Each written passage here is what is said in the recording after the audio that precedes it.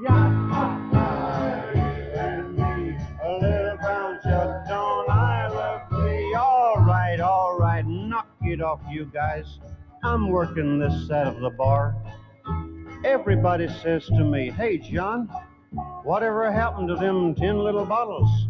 Well, I'll tell you, just like the old cow, they all went dry. And my wife made me quit drinking booze, but I fool her. I freeze it and eat it. Oh, we get along. We take a walk every evening, right past that old mission. Last night I knocked on the door and I says, "Say, do you save bad girls in here?" And he says, "Yes, we do." So I said, "Well, save a couple for me Saturday night, will you?" Boy, she got mad and went home. So I went downtown to my barber shop. I got up in his chair. He lathered me up, stropped his long razor. This pretty girl come over and sit down and started whittling on my fingernails. I says to her, "Hey, honey bun, are you married?" She said, "Not necessarily." So I said, "I'll tell you what.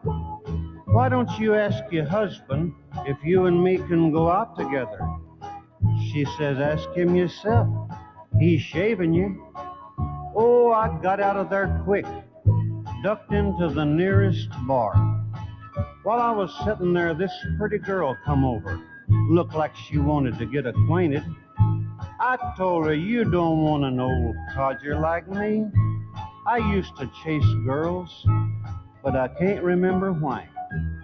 Every time I dream about girls now, it's a rerun." Anyway, she said, "The least you could do is drive me home." So I did. But halfway there, a terrible thing happened. I run out of gas.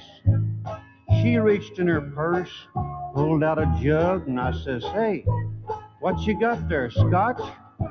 She says, "No, gasoline." So I dropped her off and went home to Mama. But I figured I'd better get her a present. So you know what I bought her? A grandfather's clock. As I was carrying it out to my car, this dang drunk coming down the sidewalk bumped into me, knocked me down flat on my back. My grandfather's clock fell right on top of me, busted into 100 pieces. I looked up at the drunk and said, "Why in the heck don't you look where you're going?" He looked down at me and says, "Well, why in the heck don't you wear a wristwatch like everybody else?" And the moral to this story, friends, is this. Don't never, ever pour black coffee down an intoxicated man.